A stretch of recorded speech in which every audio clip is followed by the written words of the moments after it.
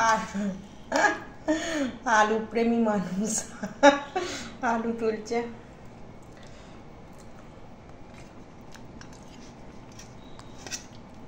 আজ মাংসটা বেশ ভালো, বেশ বড় বড় পিস হয়েছে।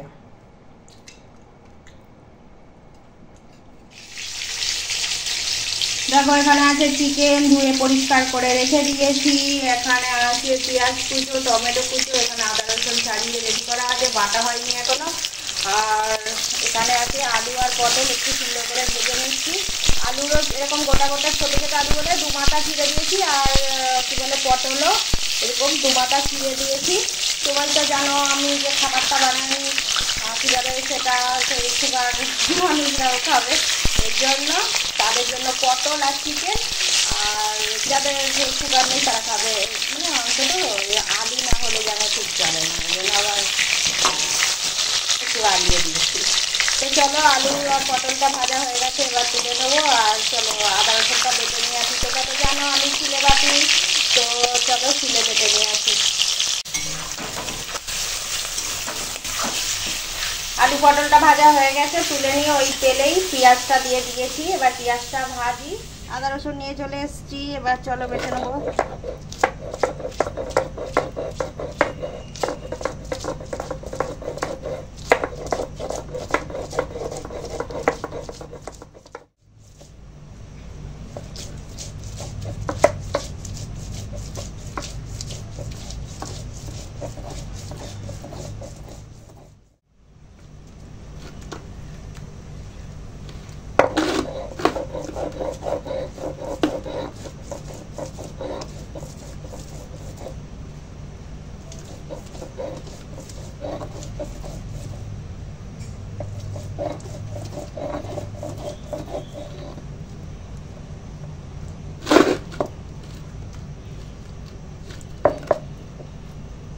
বাটা হয়ে গেছে, দেখো পেঁয়াজটা এখন হালকা বাদামি রং, এই পর্যায়ে ভাজা হয়েছে। এখন এই কেটে রাখা টমেটো দিয়ে দিলাম। এখন বেটে রাখা আদা রসুন দিয়ে দিলাম।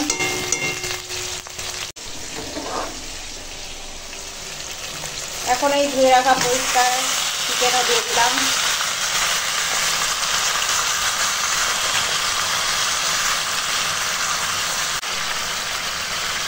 এখন হলুদের গুঁড়া দিয়ে দিলাম, ঝাল লঙ্কার গুঁড়া দিলাম, কাশ্মীরি লঙ্কার গুঁড়া দিলাম, আর দিব স্বাদ মতো নুন দিয়ে এখন মাংস কষাবো। এখন এই পর্যায়ে মাংসটাকে কষাবো।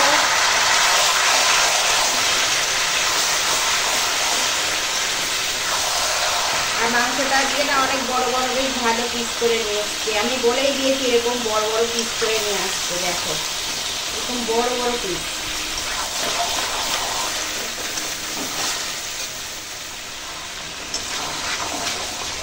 এখন মাংস খান অনেক কষাবো, যতক্ষণ না তেল ছাড়বে ততক্ষণ হইতে কোনো আমি জল দেবো না, তেল ছাড়বে তবে গিয়ে জল দেবো।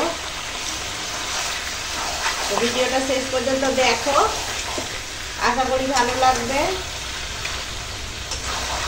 আর যারা যারা এখনো আমার চ্যানেলটা সাবস্ক্রাইব করোনি প্লিজ সাবস্ক্রাইব করে দিও, আর কমেন্ট করবে ভালো মন্দ যা হোক। আমি যদি কোনো ভুলও করি তো সেটাও আমাকে ধরার দায়িত্ব তোমাদের, যে আমি ভুল করেছি কিছু।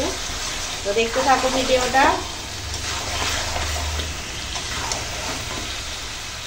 এখন এই ভেজে রাখা আলুটা দিয়ে দিলাম। পটলটা এখন দেবো না, পটলটা তো ভাজতে ভাজতেই অনেক সেদ্ধ হয়ে একদম নরম হয়ে গেছে, ওই জন্য পটল পরে দেবো। সেই মাংসটায় যখন জল দেবো তখন দেবো পটলটা। আর এই কষানোর মুহূর্তেই আলুটার জন্য দিয়ে দিলাম, কেন কি আলুটা আমি তো কেটেও দিই, খালি 2 মাথা চিড়ে দিয়েছি, মধ্যখান থেকে কেটে দিলে সেটা একরকম হয়।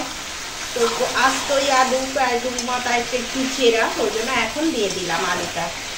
সেই পর্যায়ে একটু আগুনের তাতে আলুটাও সিদ্ধ হতে থাকবে কষানোর সঙ্গে সঙ্গে। আর মুরগির মাংস তো বেশিক্ষণ সময় লাগে না হতে, তো কষাই খাওয়া যায়, তো আমরা একটু গ্রেভি রাখবো। দেখতে থাকো। এখন এই কষানোর সময়তে একটু গরম মশলা দিলাম,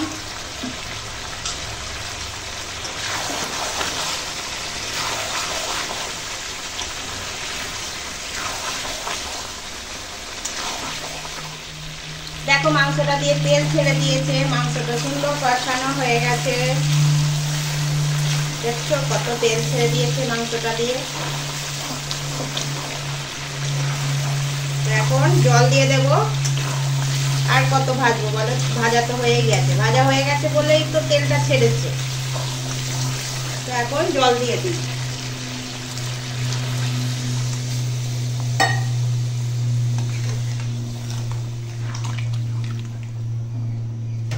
এখন ভেজে রাখা পটলও দিয়ে দিলাম।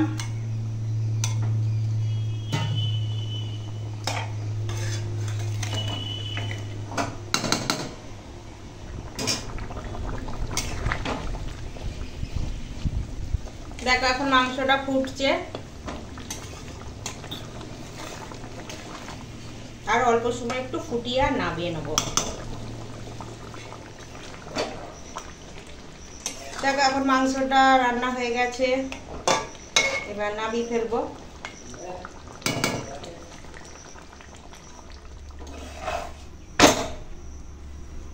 রুটি করছি, এটা আটার রুটি, দেখেই বুঝতে পারছো লাল লাল। ময়দা হলে তো সাদা হতো।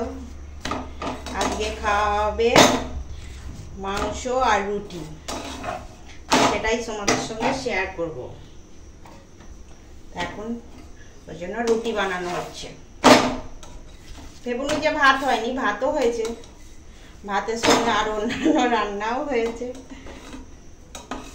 সব দেখাতে গেলে আবার ভিডিও অনেক বড় হয়ে যাবে, তোমাদের দেখার এনার্জি থাকবে না। একেই কেউ দেখে না ভিডিও, আর অনেক বড় হলে কেউ দেখবে না।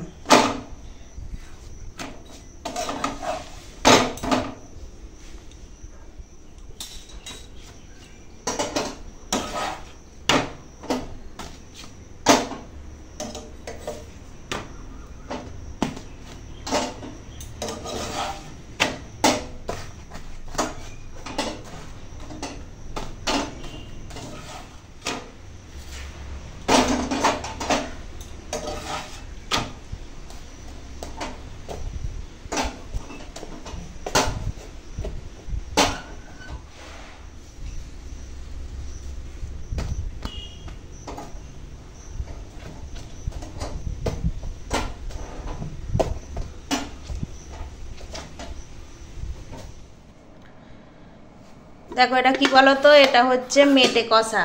যখন মাংসটা কষাচ্ছিলাম এই মেটেটা তুলে রেখেছি, মেটেটা কষা খেয়ে খাবো বলে। এবার এখানে আছে ওই যে চিকেনটা রান্না করলাম, চিকেনটা আছে। আর কি দেখো রান্না হয়েছে, আলু পোস্ত ভাজা, তারপর এখানে আছে মুগের ডাল, এটা মুগ ডাল।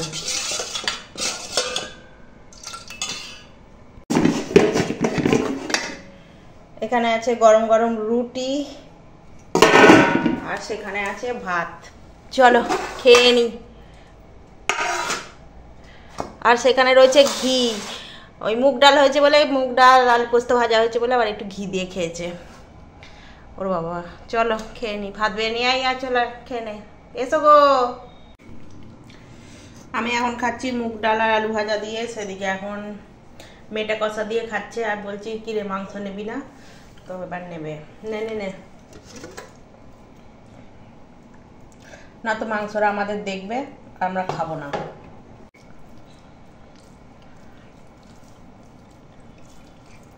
কেমন হয়েছে গো? ভালোই হয়েছে।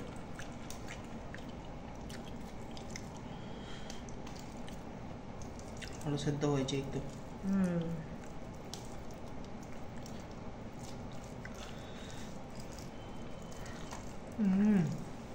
ভালো হয়েছে? খুব ভালো।